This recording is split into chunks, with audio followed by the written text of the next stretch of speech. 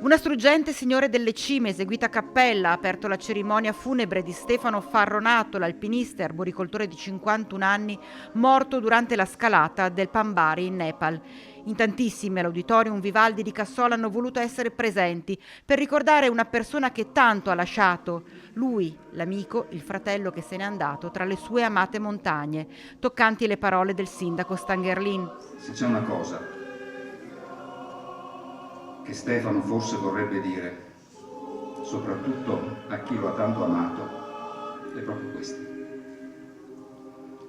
Attraversate questo difficile momento con la consapevolezza che la mia vita ha avuto senso. Continuate a coltivare relazioni e a celebrare la vita in ogni suo istante.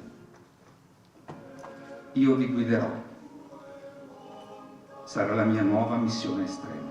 E la sorella Martina Farronato ha ricordato quei giorni terribili vissuti assieme alla compagna di Stefano, Angela, appena ricevuta la notizia della scomparsa, costellati però dalla bellezza dell'incontro con persone speciali a Kathmandu, dove è stato cremato. Abbiamo incontrato degli angeli e delle persone che ci hanno aiutato dal primo momento in cui è successo che abbiamo capito che Stefano era disperso.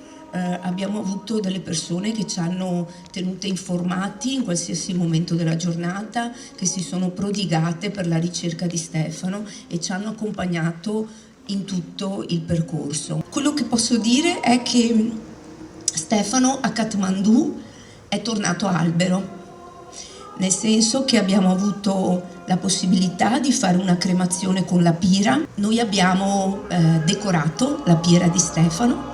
È stata fatta una cerimonia buddista molto bella con dei monaci buddisti che pregavano, hanno pregato e cantato per lui. Abbiamo fatto un vero funerale buddista e poi io e Angela abbiamo acceso la pira di Stefano. Ringrazio Stefano perché ci ha fatto fare questa esperienza e io credo che quello era esattamente quello che lui voleva.